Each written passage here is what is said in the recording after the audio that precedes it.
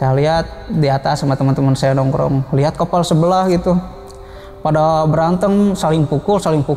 Gak lama kemudian, yang satu lagi ke dapur lari. Dia bawa pisau yang sini buat dapur, buat masak. Diginiin. Pas saya mau rencanain kabur ya sama teman-teman yang lain. Kelihatannya itu 200 meter, 300, cuman deket lah gitu doang. Lagi mancing malam-malam jam 3, kapal sebelah pada kabur 5 orang. Yang kapal sebelah pada loncat. Kerja di kapal ini dulu sering dapat bulian katanya. Terus saya juga sering dipukul pakai kaleng katanya. Kepala saya sering ditelanjangin juga katanya, kata dia itu. Dan saya terakhir dibuang ke laut.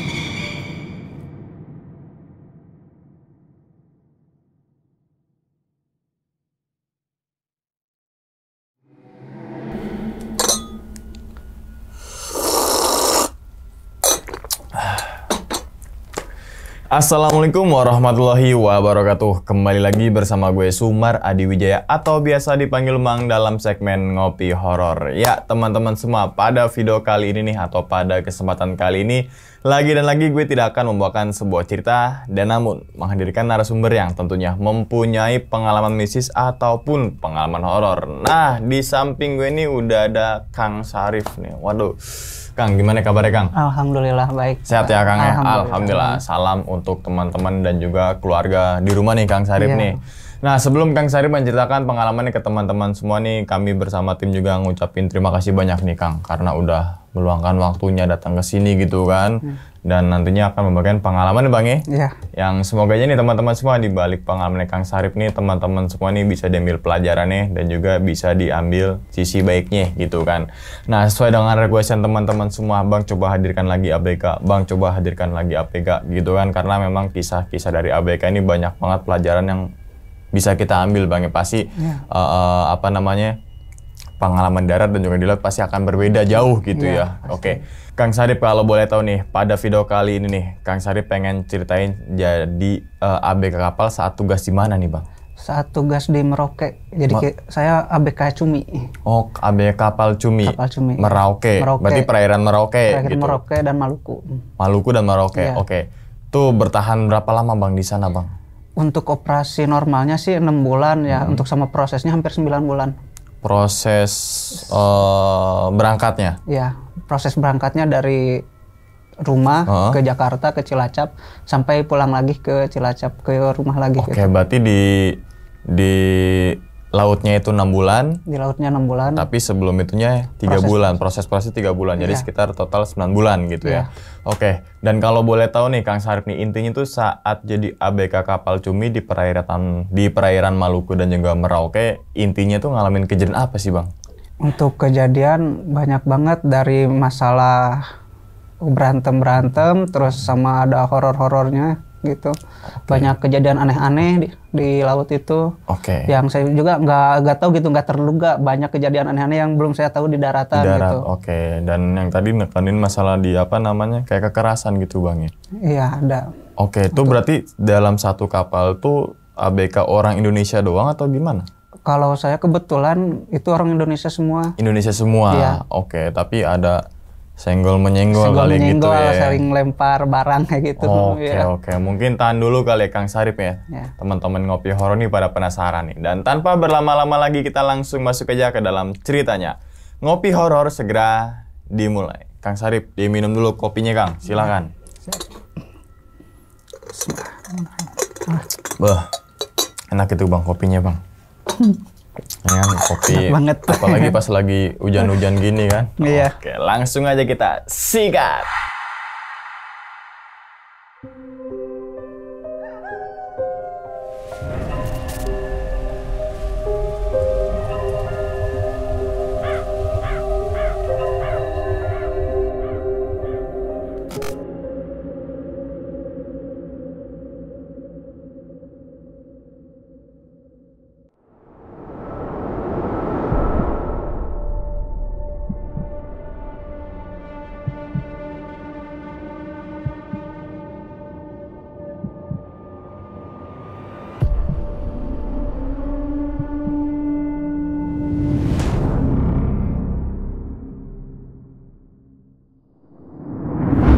Ini berawal dari saya kan kena PHK ya, kerja di pabrik.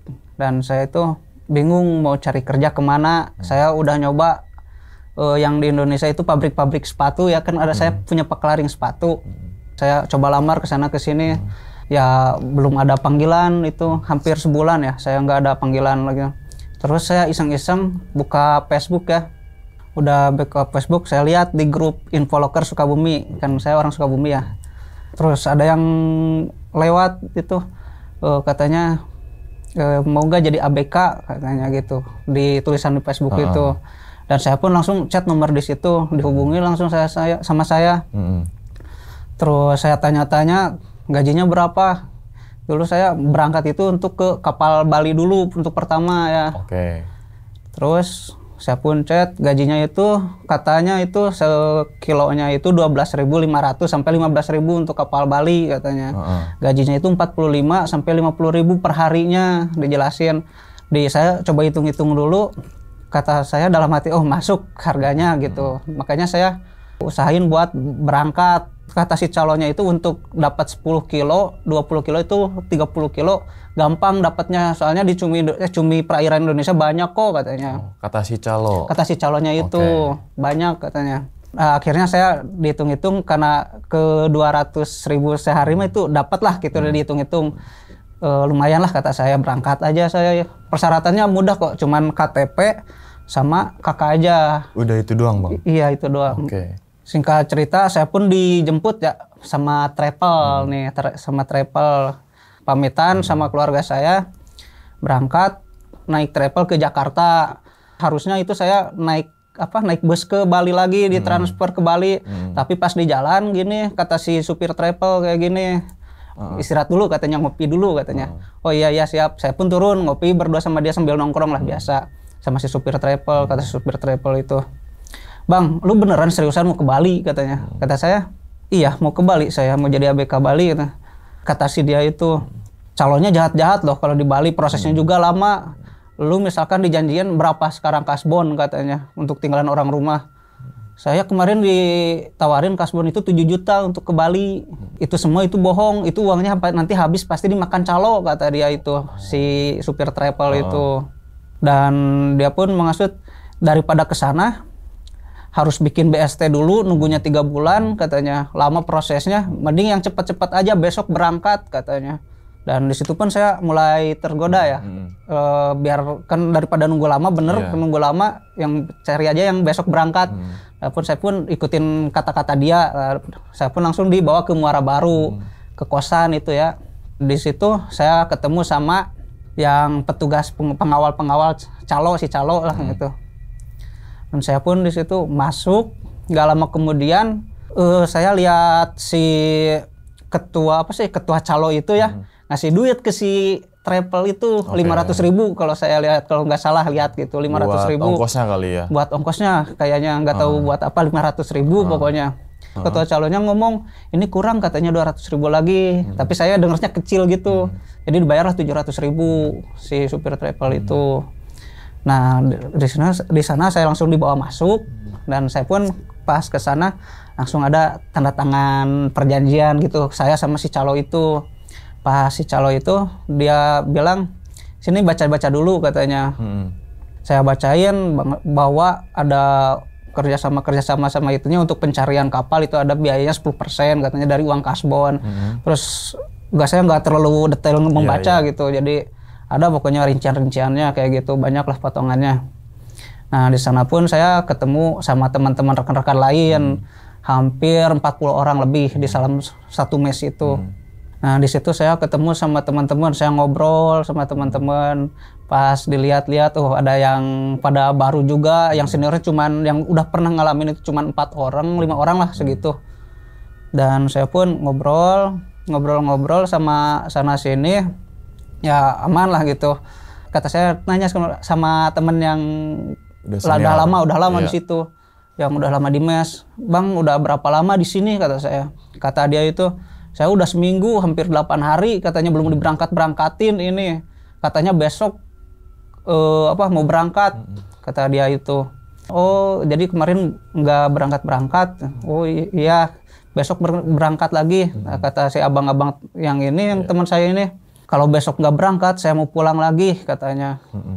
Bodoh amat kalau masalah uang harus diganti, ya kan kita kalau di sana ya, kalau misalkan kita pulang pas di mes itu harus ada uang ganti sesuai ongkos, ya transport. Ongkos. Travel itu ya? Iya travel itu kan, kalau saya ini berarti 700.000 ya kemarin saya kena itunya, kena biayanya gitu, harus ganti 700.000.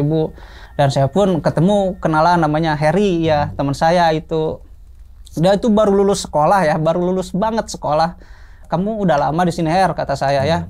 Terus kata dia, saya baru beberapa hari bang, katanya, baru 4 hari di sini. Berangkat sama siapa? Kata saya, sama teman saya katanya. Tapi teman kamu mana? Teman saya yang dari Palembang bareng ke sini, dia udah pulang, dijemput sama orang tuanya katanya ke sini. Gue nggak mau pulang karena udah terlanjur ke sini, malu sama keluarga gua katanya, kata Harry ini yang baru lulus sekolah. Dia kata saya, kenapa kamu apa sih baru lulus sekolah ikut ke sini, kata saya itu. Karena emang ikut temen, temennya malah pulang katanya. Malah dijemput lagi. Iya, malah dijemput lagi ya, karena udah terlanjur ya, kita pun beres lah gitu.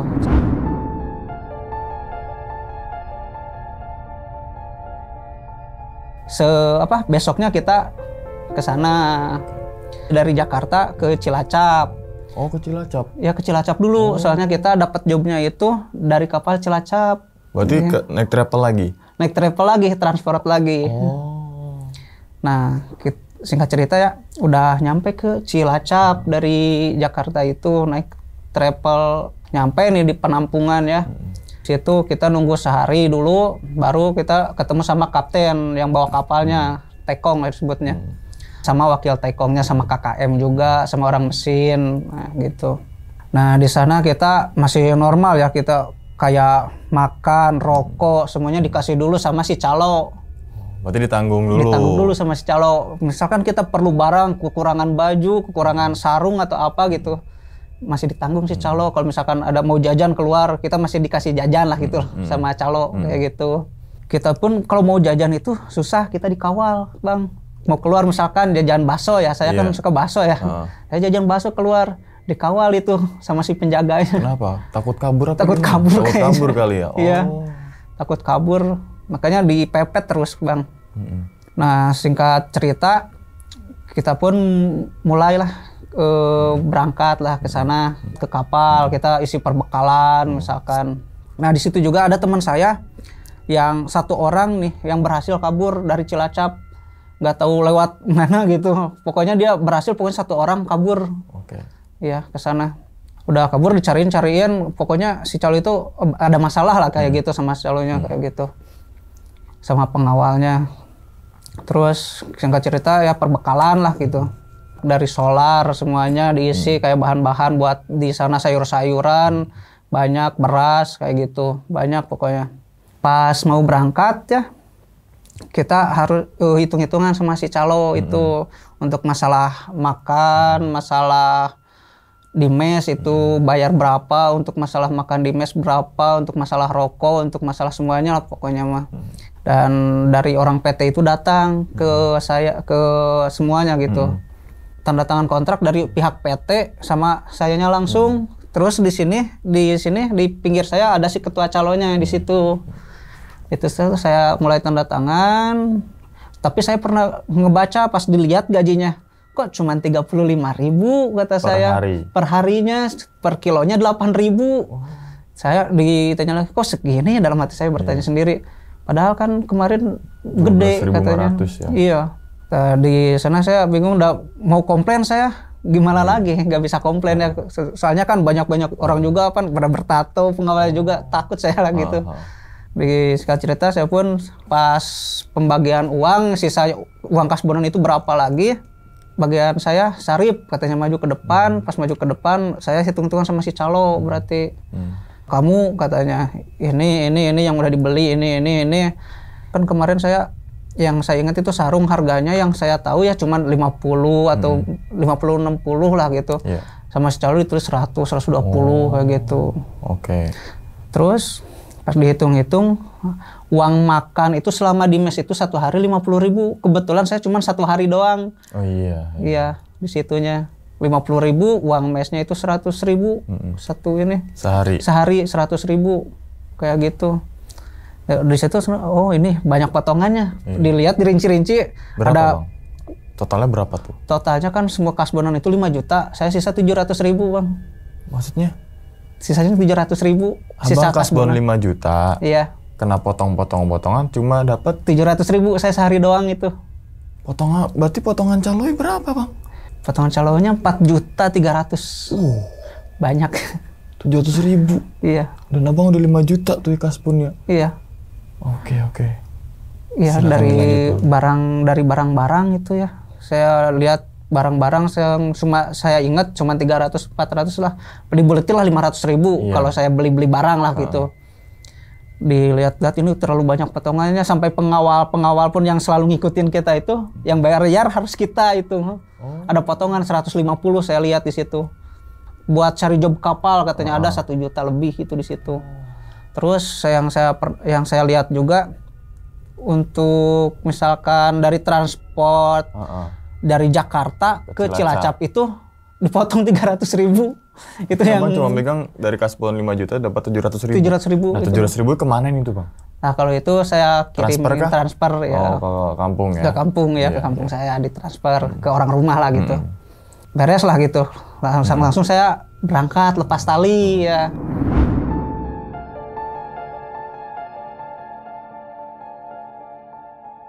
Mulai jalan, singkat cerita kayak gitu. Nah biar ceritanya nyambung, kenapa saya bisa ngelihat hantu yang kayak gitu ya, kayak gini ya. Saya dulu pernah belajar ya kayak gitu, tawasulan, torikoh yang kayak gitu ya, yang dipuasain. Kebetulan orang tua saya kan itu gurunya, terus ada murid-muridnya juga kayak gitu. Saya ikut sama yang lain gitu kan. Awalnya saya emang gak percaya ya kayak gitu, gak percaya saya.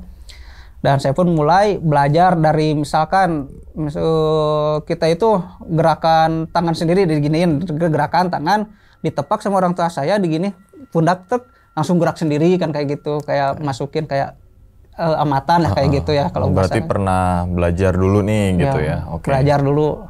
Udah dari situ itu jadi sering gitu lihat hantu kayak gitu ya. Bangsa mistis-mistis goib ya gitu, dan saya pun mulai percaya di situ. Pas mau lepas tali, terus si kapten masuk kan, yang bawa kemudi kapten masuk. Saya lihat ada orang 2 tinggi besar segini pokoknya, tinggi besar yang ikutin kapten pas masuk gitu. Nah, singkat langsung ke perjalanan dari Cilacap ke Dobo.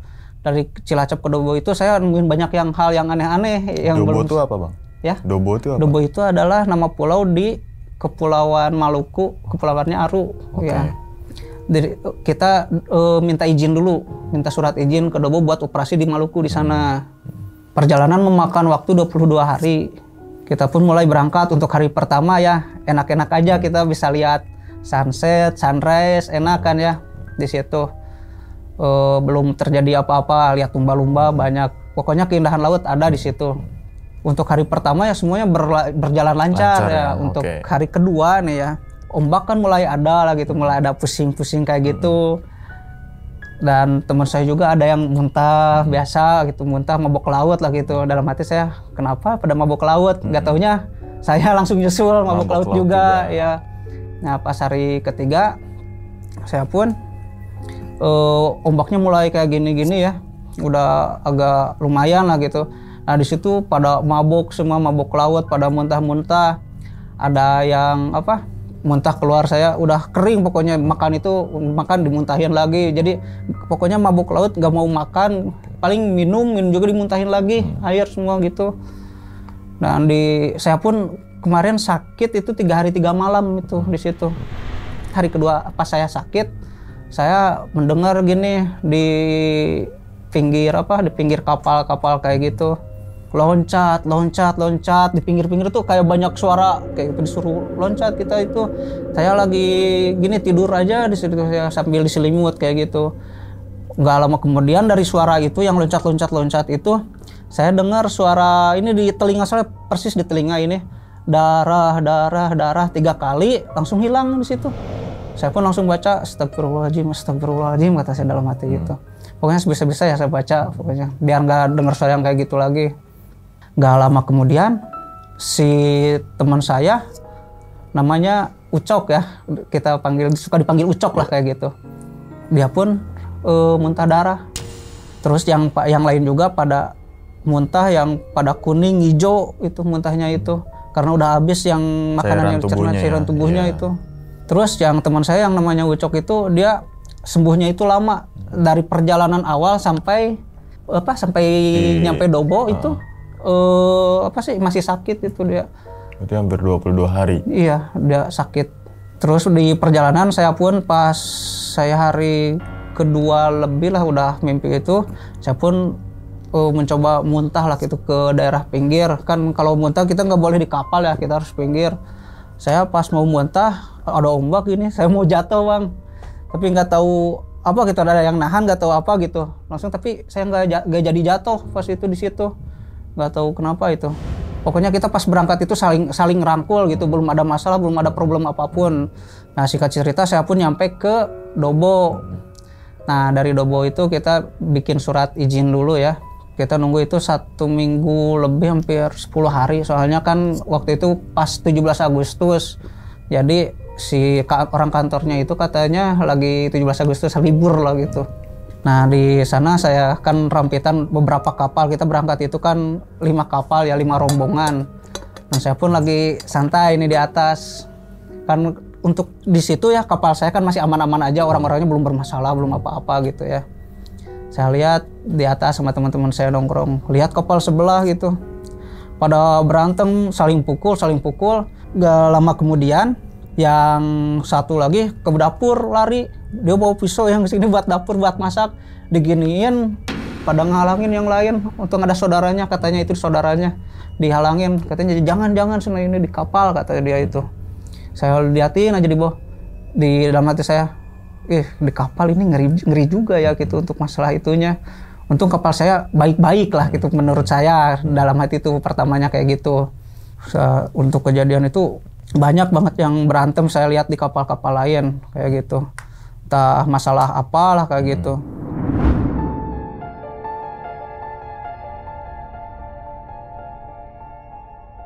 Singkat cerita, kita mulailah operasi mancing. Udah dapat surat izin, kita operasi mancing.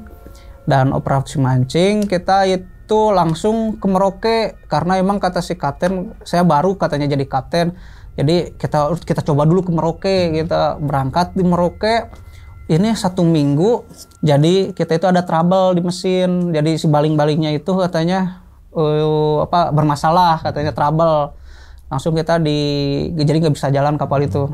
Jadi untuk mancing kita parasitan dulu, kan ada parasitan, ada jangkaran. Kita untuk kedalamannya lebih dalam banget itu parasitan. Kalau misalkan untuk 400-500 meter kita jangkaran, nurunin jangkar. Kita parasitan ke tengah, dan gitu pun udah trouble di sana, kita pun langsung diderek sama kapal satu rombongan kita. Kapal kita pun langsung dibawa ke pinggir dulu di situ. Kan untuk waktu 1 minggu itu kemarin ya, kan kita ke tengah itu mulai mancing itu, yang ke tengah seminggu ke mancing itu saya cuman dapat sehari itu 3 biji, yang lain sekilo, ada yang nggak dapet, ada yang gini, pokoknya pada sambil mabuk laut sambil mancing pokoknya. Kan ombaknya juga tinggi di sana. Ya pada ngeluh semuanya, pada ngeluh lah di situ. Sama kapten juga suka marahin kayak gini katanya. Jangan males-malesan terus katanya. Kamu itu butuh duit katanya. Kamu kasbon kan 5 juta nih belum dibayar katanya gitu. Nah, udah di situ kita jangkaran. Pokoknya jarak itu 200-300 dari kapal pulau itu ada pokoknya. Nah, teman saya ada yang hasut. Namanya Derry lah. Dari NTT dia. Sama Amir dia berangkat. Dan dia pun katanya menghasut saya buat kabur yuk katanya. Kita kabur di sini cumi katanya dapat banyak tapi buktinya nggak ada kan kayak gitu. Itu banyak yang ngehasut lah gitu, iya, buat kabur ya. Buat kabur. Karena cuminya ternyata sedikit. Nggak ada.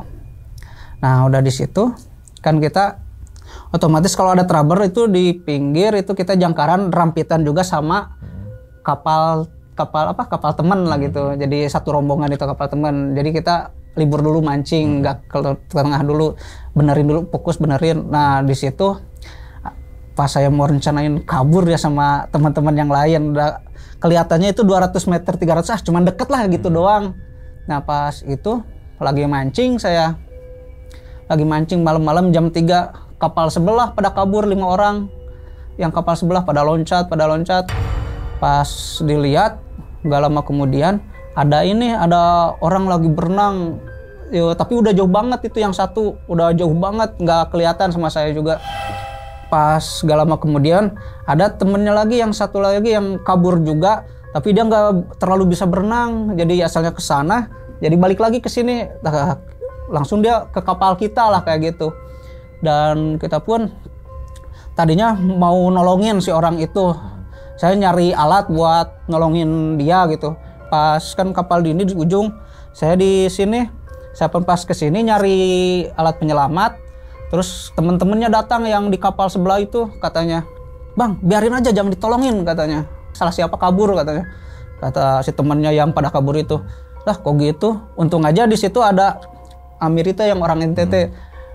Bang, ada orang," dia teriak. Ada orang berenang," katanya. Pas dilihat sama yang teman saya lagi, dia langsung nyelamatin orang itu.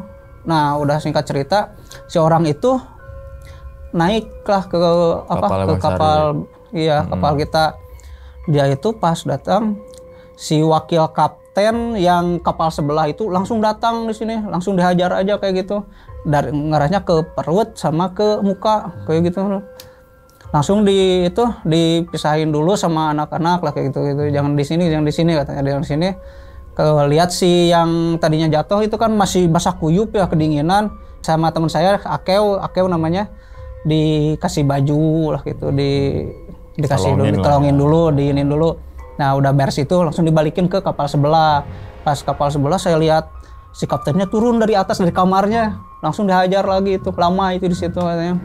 Dan langsung ditanya sama si kapten kapal sebelah saya, katanya, "Kamu siapa aja yang kabur di sini? Berapa orang?" katanya. Kata si kapten itu, 5 orang katanya.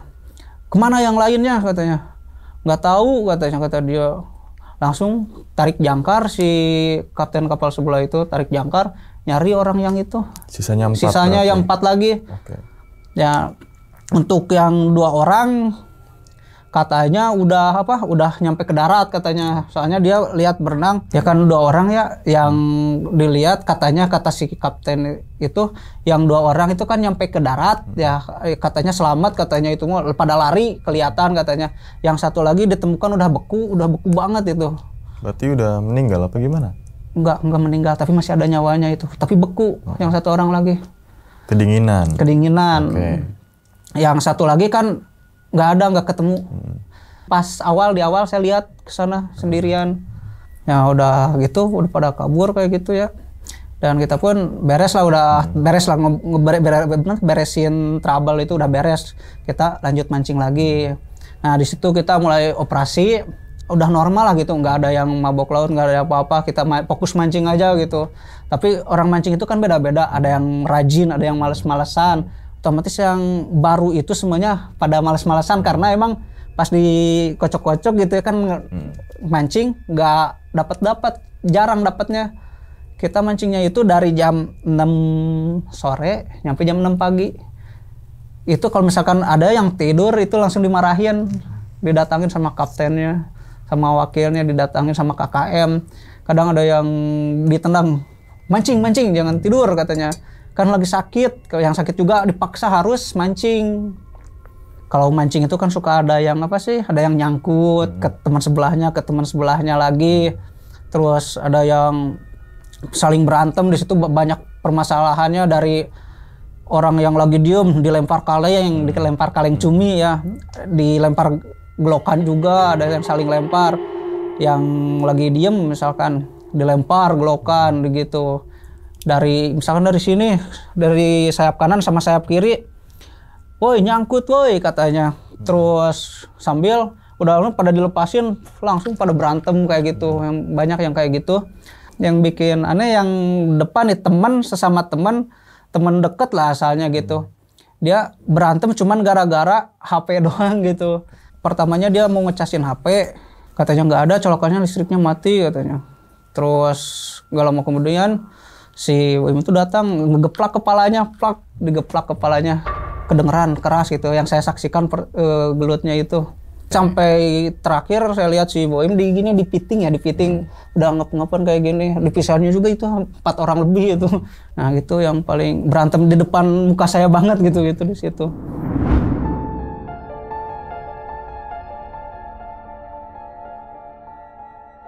Nah ada teman saya juga lagi mancing lah, biasa kan dia mancing di sayap kanan, saya di sayap kiri. Saya lepas lagi lihat ke belakang, dia itu lagi mancing kayak gini, ada yang dorong, dia itu jatuh otomatis kan ya, udah ngejebur ke bawah di tengah-tengah kan dia posisinya. Untung aja yang belakang itu sigap banget, langsung nyelamatin. Kalau arusnya kenceng banget itu gak bakal selamat, itu udah hanyut. Kalau misalkan diselamatkan dikejar juga dia, kita harus narik jangkar dulu, susah, nggak bakalan selamat. Untungnya dia ada yang nolongin di belakang banget itu, ada yang nolongin.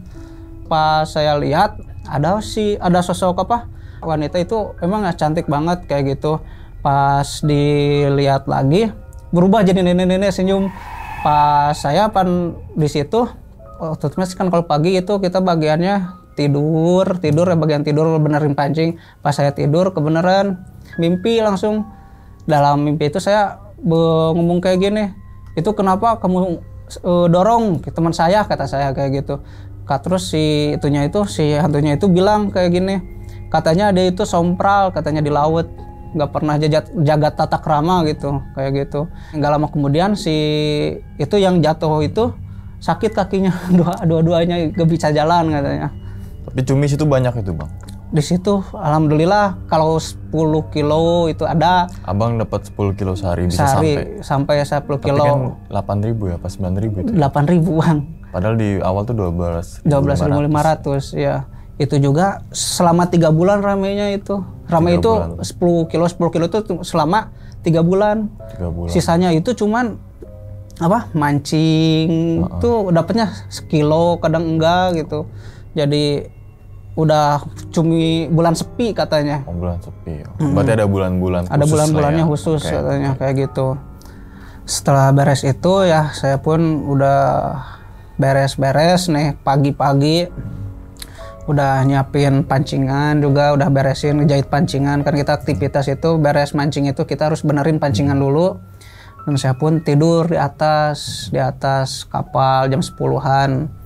Mimpi itu kayak ada yang nindih kayak gitu, banyak tangan-tangan itu untuk waktu yang lama, gak tahu berapa menit itu, tapi cukup lama banget itu. Dari banyak tangan-tangan ke sini, dari kaki sampai ke muka gitu, digerayamin terus. Untuk terakhir pas saya baca doa apapun gitu, nggak mempan kayak gitu. Dalam hati saya kan itu, tapi kan kita sadar ya pikirannya, bilang assalamualaikum, dia bilang. Pada banyak yang jawab waalaikumsalam, langsung pada nggak ada. Terakhir langsung ada sosok kayak ABK lah, kayak bekas ABK di kapal situ ya. Dia putih, ganteng pokoknya, masih muda lah pokoknya. Kata dia itu, bang gimana kerja di sini katanya. Kata saya itu, alhamdulillah aman-aman aja kata saya gitu. Dulu saya katanya kerja di kapal ini dulu sering dapat bulian katanya. Udah dapat bulian, terus saya juga sering dipukul pakai kaleng katanya. Kepala saya sering ditelanjangin juga katanya, kata dia itu. Dan saya terakhir dibuang ke laut katanya sama teman-teman saya katanya. Gak tahu apa masalahnya kata saya gitu. Kata si hantunya itu duduk dia di kaki saya. Pas gitu dia pun ya katanya, mas hati-hati baik katanya. Kata dia itu hati-hati baik kalau di sini kerja di kapal. Dia itu langsung hilang. Pas bangun kaki saya sakit dua-duanya. Saya pencet-pencetin sama teman-teman saya gitu. Dan singkat cerita ya saya pun beres lah gitu mancing, kita ke kapal collecting ya, ke kapal collecting itu pun di tengah-tengah kita bongkar, nggak terlalu tengah juga tapi bisa jangkaran di situ bongkar. Dan kita pun di situ karena emang agak ilegal ya gitu, kalau bongkar di kapal di tengah itu ya kan nggak boleh kan ya. Waktu itu kita ada rajiaan kapal polisi Airut, kapal polisi gitu, dan kita pun dikejar-kejar gitu di situ. Dan besoknya kita jadinya kirim cuminya besoknya lagi kita kapal collecting kayak gitu. Ya singkat cerita berbulan-bulan ya masih sama dengan permasalahan yang sama. Pas beres mancing ya si kapten nyari sinyal ya kayak gitu, dan dia pun dapat kabar dari teman-temannya bahwa ada kapal ABK Bali yang 7 orang yang meninggal dunia karena ketarik jangkar. Makanya kamu harus hati-hati katanya, semuanya harus hati-hati, jangan sampai ada kehilangan di kapal kita katanya. Soalnya dia waktu pada ketarik jangkar ombaknya lagi tinggi, mereka pada bercanda kayak gitu, jadi semuanya pada hilang kayak gitu. Nah singkat cerita saya pun beres finish dan kita ke dermaga Dobo ya. Nah kita pun beres bongkar juga di situ. Kita kan nunggu kepulangannya dari kapal Pelni ya, kita kan pulang lewat kapal Pelni. Kita pun di situ nunggu hampir 2 minggu kurang pokoknya 10 hari lah kurang lebih. Di situ saya ngobrol-ngobrol cerita. Di situ juga katanya pas saya lagi ngopi lah di warung, katanya di situ ada yang dibunuh di WC-nya itu. Katanya masalahnya antara teman sama teman di kapal, masalahnya katanya dibawa ke darat lagi mandi katanya dibunuh katanya di situ. Kata si yang punya warung kayak gitu.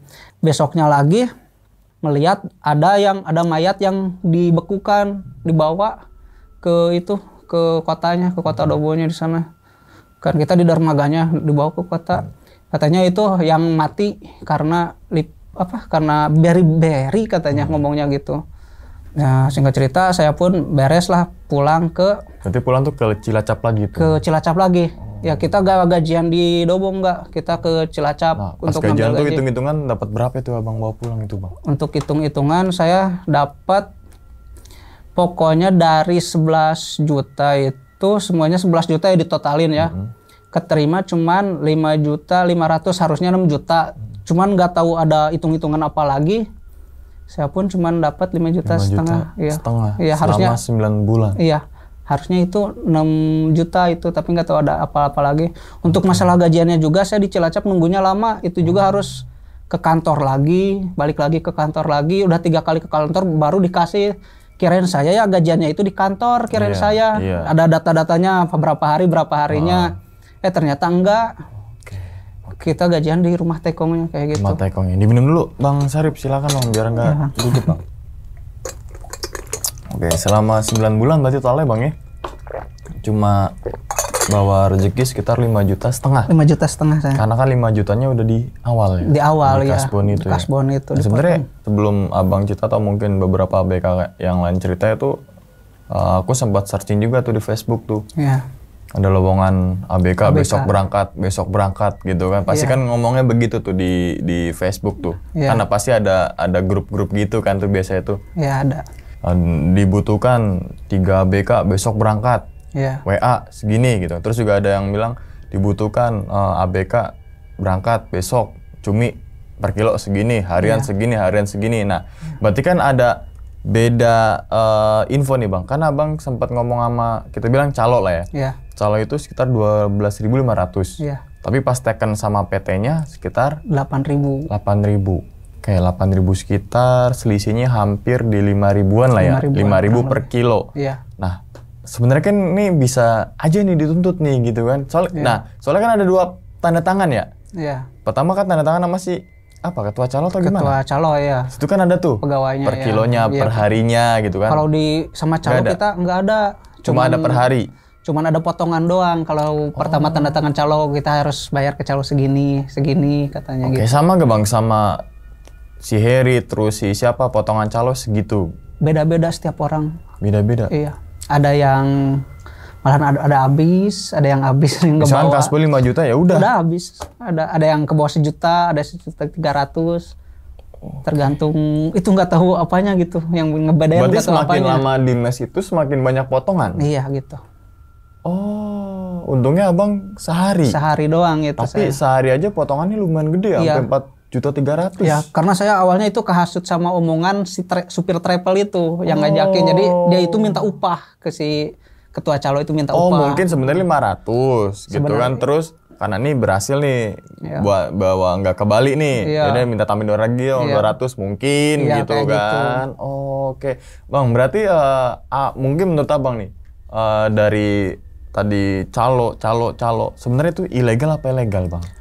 Kalau berbicara di administrasinya nih gitu. Kalau untuk nyari cumi kan emang masih di perairan Indonesia kan. Tapi masalah tadi kan potongan calo segini gitu. Menurut Abang ilegal apa legal? Kalau masalah ilegal atau legal, kayak menurut saya itu sih ilegal untuk si calonya itu. Tapi yang saya bingung kenapa si PT itu selalu minta ABK cumi dari si calo itu. Oh, berarti perantara.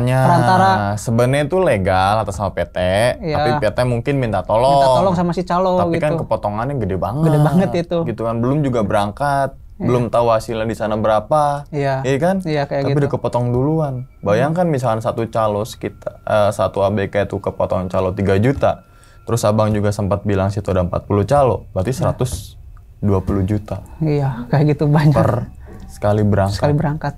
Kebetulan saya kemarin 2 kapal. 2 kapal, bahkan semakin banyak kapal kan semakin banyak juga. Walaupun mereka dibagi kan tetap aja. Iya. Ya kan bisa hitungan mungkin sebulan bisa ngantongin 30 juta per orang, bisa jadi kan? Bisa jadi itu. Cuma untuk nyari orang aja. Nah, terus juga kadang gue iseng kalau malam tuh sering buka-buka gituan tuh di Facebook ABK kapal tuh. Nah, yang ngasih info di grup Facebook itu kadang kan gue klik tuh lihat profil kan. Iya. Nah itu profil tuh baru-baru semua itu. Baru-baru semua. Iya. Nah gue menduga kalau itu buat ngilangin jejak-jejaknya dia tuh. Kayak misalkan nih ya kan. Iya. Dia nginfoin jebret. Nah paling dia bikin Facebook tuh sekitar 3 hari atau 4 hari yang lalu. Iya benar. Bukan Facebook gitu. Bener kan? Iya benar. Oh, oke. Abang tiba-tiba kepikiran untuk jadi ABK kapal gimana ceritanya itu? Ya, apa karena di PHK terus kemudian yang penting gue kerja deh atau gimana? Nah, itu yang penting saya kerja gitu, jadi nggak ngebebanin gitu. Nggak ngebebanin orang tua gitu kan. Dari selama 9 bulan di laut Bang, terus kemudian hasil yang tadi Abang sebutin itu kira-kira sebanding nggak dengan apa yang Abang keluarkan gitu? Tidak. Tenaganya lebih besar di laut. Tekanannya mental juga. Oke, berarti ini mungkin untuk pemerintahan yang sekarang mungkin apa yang nanti ini akan dilantik gitu kan? Iya. Ya kan mungkin lebih diperketat lagi masalah percaloan gitu kan. PT-nya ini legal nih, tapi yang lain bawah-bawahnya nih gitu kan. Entah itu tangan kanan, tangan kiri, kita nggak ada yang tahu dah gitu kan. Iya. Oke. Nah, Bang, terus kan kemudian ada yang kabur tuh. Iya. 5 orang. Iya, yang kabur. Satunya keciduk lagi nih. Ada tapi dihabisin. Iya, dipukulin. Yang 2-nya selamat ke darat. Nggak tahu ke pulau mana itu. Yang 1 ditemuin tapi udah kedinginan. Beku. Udah beku. Yang 1 laginya, Bang? Nggak tahu kemana itu. Iya. Berarti misah? Misah, nggak tahu itu. Nggak ada jejak. Nah, Abang sempat kepikiran nggak? Gue kabur juga deh kalau kayak gini nih gitu. Nah, kan saya awalnya punya niat buat kabur, lihat itu jadi nggak jadi. Iya. Tapi Abang emang udah tekad Abang udah jadi ya udah gue jalanin nih ABK nih jadi ABK. Iya gitu. Jadi jalanin aja gitu. Oke, harga di sana 8.000 per kilo. Tapi kalau untuk di darat kalau kita beli cumi tuh lumayan tuh harganya tuh ya. Mungkin kalau gue tampilin harga cumi yang sekarang itu kan lumayan banget gitu. Padahal yang mati-matian kan yang para nelayan dan para ABK ini gitu kan yang untuk cari cumi itu gitu kan ya. Semoga aja nih dengan videonya Abang di sini mungkin ke-share ke pemerintahan ya kan supaya lebih dipandang lah gitu loh untuk masalah seperti itu gitu kan. Gak cuma itu aja tapi hak asasi manusia juga kan ya maupun di darat maupun di laut ya harus ada gitu kan. Jangan sampai ketika udah di laut nggak ada tuh namanya hak asasi manusia asal pukul asal ini katakan di laut nggak ada hukum tetap ada aja hukum rimba katanya di sana. Seharusnya kan masih di Indonesia masih hukum Indonesia dong. Iya. Logikanya ya gitu kan. Benar. Oke, Abang sempat kepikiran nggak bahwasanya ketika udah nyampe nih, wah gue laporin deh gitu nih ini para oknum-oknum calo ini nih gitu. Soalnya kan nggak sebanding Bang, Abang potongannya gede loh Bang. Gede ya. Gede loh Bang, 4.300.000 itu cuma sehari loh. Iya. Dan itu belum berangkat. Iya kan? Iya. Tapi teman satu kampung abang pernah ada yang jadi ABK lagi? Teman satu kampung nggak ada. Ada juga saudara teman saya beda kampung tapi saudaranya teman saya. Sama nggak nasibnya sama Bang Syarif? Dia kemarin berangkat tapi nggak bawa duit sama sekali. Berangkat nggak bawa duit, maksudnya gimana nih? Berangkat ikut kapal cumi, pas pulang nggak bawa duit sama sekali. Dia cuma dapat hasil penjualan cumi doang dia. Kirain gue tuh gini bang, karena belum jadi ABK kapal kan kita nggak ada yang tahu ya gitu ya. Kirain tuh gini, kan ada juga tuh yang di Facebook kan tuh per bulan gaji pokok 1,2. Nggak ada. Kalau Indonesia kayaknya nggak ada. Gaji satu pokok, ini terusin dulu ya, 1,2 gitu per bulan. Terus untuk tambahan ini ya cuminya per kilonya kalau nggak salah sampai ada yang nyebutin tuh 12.500. Iya, 12.500. Ya kan rata-rata kan segitu tuh. Iya. Terus kemudian ada ini, ada ini, ada ini. Nah, berarti kan kalau kita jumlahkan aja untuk gaji pokok aja 1,2 kali 6 bulan udah ketahuan nih. Berarti kan udah hak kita nih gitu kan. Selebihnya kalau mau pengen lebih ya mancing cumi ya sebanyak mungkin gitu dong. Iya. Berarti itu kalau bisa dibilang penghasilan kita apa yang didapetin cumi itu. Kalau cuminya yang kita dapetin banyak, penghasilan akan banyak. Akan banyak gitu. Tapi kalau penghasilan kita cuminya itu dikit, akan dikit juga. Akan dikit juga. Pernah dengar gak bang? Makan minus gitu. Makan minus nih. Misalkan dia kasbon 7 juta. Pas hitung-hitungan dia ternyata baru 6 juta, kurang 1 juta. Gimana tuh? Pernah ngalamin kejadian kayak gitu gak teman-temannya bang? Kalau saya belum pernah, kalau teman saya ada yang senior pernah cerita. Saya pernah kan rampitan ya. Sebelah-sebelahan rampitan. Sebelah-sebelahan ya. Teman saya itu cerita, saya ikut lagi karena dulu saya ikut kapal di PT ini, tapi saya minus 2 juta lebih katanya. Soalnya dia itu ngerokok terus katanya. Makanya saya ikut lagi kata dia itu. Nah, ketika minus bayar dong berarti. Enggak, apa dia ikut lagi? Harus ikut lagi, tapi yang kedua kali itu nggak pakai calo dia. Daripada ngikut lagi mending bayar aja ya? Kurang tahu, emang karena nggak ada duit katanya. Oh bisa jadi kan situ, iya. Nah terus kemudian nih bang, dari kejadian kayak gitu nih abang tadi sempat kejadian-kejadian nggak enakin gitu kan, terus kemudian hasilnya nggak sebanding dengan apa yang tenaga abang keluarin gitu kan. Ada niatan untuk kesana lagi gak jadi ABK? Walaupun misalnya cara legal nih. Untuk ke laut lagi enggak sih. Enggak, berarti itu pertama kali? Pertama dan terakhir kayaknya. Pertama dan terakhir? Iya. Kenapa abang bilang ini terakhir kali jadi ABK? Kenapa? Soalnya banyak kejadian-kejadian yang gak disangka-sangka di sana. Bukan gaibnya kan? Bukan gaibnya. Tapi dari contoh yang pada jatuh ke laut kan otomatis kalau arus tinggi itu ya pada langsung hanyut kan itu. Kalau kita mau nolongin kan kita harus angkat jangkar dulu lama. Ini butuh waktu. Butuh waktu. Yang saya takutin itu saya kecebur ke sana. Iya, itu takutin. Kedua juga ya kalau kabur kan susah bang. Kalau kabur susah. Kalau kabur misalkan kita kabur ketemu sama siapa, misalkan sama calo atau sama yang lain, dipukul itu. Kalau yang ketemu lagi. Berarti kayak gimana ya? Kayak jadi perbudakan. Nah, bisa jadi perbudakan. Iya kan? Haknya dia nggak dapet. Wah kacau juga sih. Semoga aja nih video ini tersebar luas gitu bang, supaya yang para ABK kapal nggak cuma PT-nya aja ya yang diperhatiin ya. Oh ini perizinannya oke, tapi ABK juga harus mendapatkan kewajiban dan haknya juga gitu kan. Oke. Iya, kalau misalkan bangsa kayak calo-calo kayak gitu, jangan ada. Kalau mau misalkan dibuka lowongan pekerjaan dari PT-nya langsung, betul gitu kan, tanpa ada potongan. Kan berarti gini bang, gue balik lagi ke Facebook sih bang sebenarnya. Ada juga kan tanpa potongan, bener nggak sih? Misalkan nih dibutuhkan 3 ABK kapal besok berangkat lokasi Cilacap, PA ini tanpa potongan. Oh yang kayak gitu? Iya. Itu biasanya ada orang yang kenal sama calonya dia, sama tekongnya, sama kapten. Misalkan dia kekurangan 2 orang atau 3 orang. Paling kita kalau misalkan udah berangkat ke sana, misalkan ke Cilacap, contoh udah ketemu, paling yang si ABK baru paling bayar uang rokok doang gitu. Kalau di situ nggak terlalu parah sih kalau misalkan langsung ke tekongnya. Banyak korban yang kayak gitu ABK baru. ABK baru yang banyak ketindas itu. Kan sekarang ya otomatis pekerjaan itu di darat ya semakin susah ya di sini itu. Banyak orang-orang yang misalkan lulusan SD, SMP itu kan jarang masuk pabrik. Pabrik sekarang kan SMK itu juga itu umurnya itu harus muda-muda, harus muda banget. Terus yang tua-tua kan udah nggak bisa sekarang di pabrik-pabrik. Ada batasan umur lah gitu ya, dipersulit sama batasan umur. Iya, sama kan sekarang ngebutuhinnya untuk kepanggilan cewek-cewek mulu. Untuk laki-laki jarang kan. Dan sebagainya gitu. Oh berarti gue paham nih. Yang banyakkan korban itu yang baru jadi ABK. Nah, nggak mungkin kalau senior masih kayak gitu ya. Senior langsung mungkin karena udah lama udah sering langsung hubungin tekongnya mungkin. Iya, langsung hubungin tekongnya. Kong, ada gak nih berangkat nih gitu ya. Jadi kan dia nggak kepotong sama calo tuh, soalnya langsung ke tekong. Langsung ke tekong. Oh, paham. Berarti kebanyakan tuh di mes itu banyakan ABK baru. ABK baru.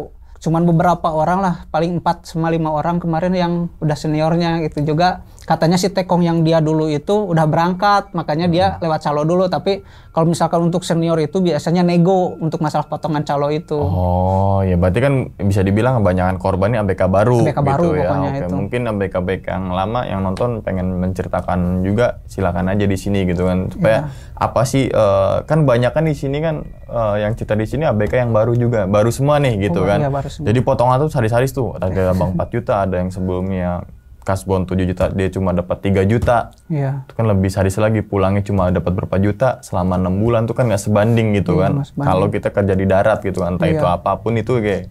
Oke, Bang, kira-kira Bang, ada yang pengen disampaikan gitu Bang untuk rekan-rekan yang mungkin mau jadi ABK kapal atau mungkin untuk pemerintahan atau supaya lebih diperketat gitu Bang, jangan sampai jadi budak di negeri sendiri gitu loh. Nah, iya.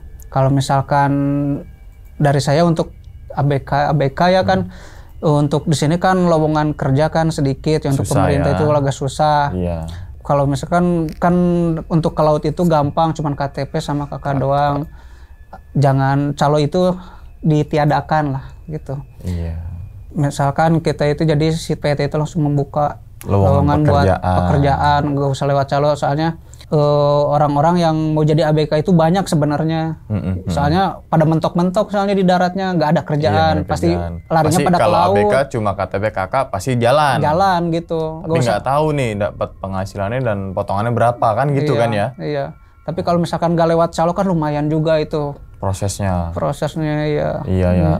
Ya seharusnya si PT ini buka lowongan pekerjaan gitu kan yang jelas atau sama PT, jadi yang jadi ABK tuh ngirim surat lamaran gitu kan atau datang ke kantor langsung. Iya, misalnya KTP dan KK itu kan wajib tuh. Mau ngelamar pekerjaan aja wajib tuh. Misalkan ada yang belum memenuhi misalkan sertifikat apa, ya bisa dibantu sama PT gitu kan ya, tanpa ada potongan kan lebih enak juga tuh. Iya, enak. Iya kan? Gue yakin kalau sistemnya kayak gitu, yang jadi ABK kapal tuh banyak banget itu pasti itu. Kalau sistemnya tuh udah bagus ya gitu ya. Ini sistemnya gampang, jatuhnya kan gampang. KTP KK jalan. Iya. Tapi kan di situ ada sebuah kebobrokan di situ. Iya. Iya kan? Iya. Belum lagi di lautnya katanya nggak ada namanya hukum rimba. Adanya cuma hukum rimba. Iya. Itu kan kacau banget gitu kan. Mungkin kan kita kan ada polisi laut juga kan, ada tuh ya angkatan laut. Ya coba aja bagian keamanannya itu ya. Oke, jangan cuma ngesidak kapal asing aja gitu kan, tapi kan kapal Indonesia juga ya dibenahin dulu nih sebelum menyidak kapal asing gitu. Oke, makasih banget nih Bang Syarif udah membagikan pengalaman ini udah sangat terbuka banget bahwasanya permasalahannya tadi yang pertama adalah administrasi Bang ya. Iya. Coba dibikin sistem yang lebih bagus lagi gitu kan, yang bagus tapi tidak mempersulit gitu kan. Itu. Bukan karena bagus tapi karena jangan sampai nih jadi Bang ada lagi ABK yang nasibnya sama kayak Bang Syarif kan, jangan sampai ada lagi gitu kan. Potongan-potongan sebagainya, kewajiban dan hak itu kan patut diberikan kepada ABK kapal ini kan, nggak cuma kapten dan juga tekong ataupun wakil kapten itu kan, tapi ABK kapal justru berkat ABK kapal inilah penghasilan mereka tuh banyak gitu kan. Tapi di sisi lain malah ABK kapalnya malah tertindas dan diperbudakkan jatuhnya gitu Bang. Maaf nih kalau misalkan salah nih gitu kan, karena tadi gue denger cerita langsung dan nggak cuma sekali, sebelum juga ada kisah-kisah ABK ya intinya itu sama ya, dia dibohongin gitu kan, dia Iya, dapat kekerasan, dia dapat begini, nggak selayaknya lah gitulah. Oke, makasih banyak nih Bang Sarip nih udah meluangkan waktunya datang ke sini. Semoga Bang Sarip dan keluarga sehat selalu Bang ya. Amin. Dilancarkan semua rezekinya, dan juga teman-teman Ngopi Horor juga dilancarkan semua rezekinya, dan juga yang penting adalah sehat selalu Bang ya. Oke. Dan ingat teman-teman semua, cerita dari Bang Sarip ini bukan untuk nakut-nakutin nih teman-teman semua yang mungkin mau melamar jadi ABK kapal atau mungkin mau mencari pekerjaan sebagai ABK kapal cumi, kapal tuna dan sebagainya. Tapi ambillah sisi positifnya dan buang sisi buruknya. Sekian dulu pada video kali ini dan nantikan video-video gue berikutnya. Hal gaib itu muncul ketika sugesti kita buruk. Wassalamualaikum warahmatullahi wabarakatuh. Selamat beristirahat. Kang Sarip, makasih banyak nih. Sama-sama. Alhamdulillah. Bungkus.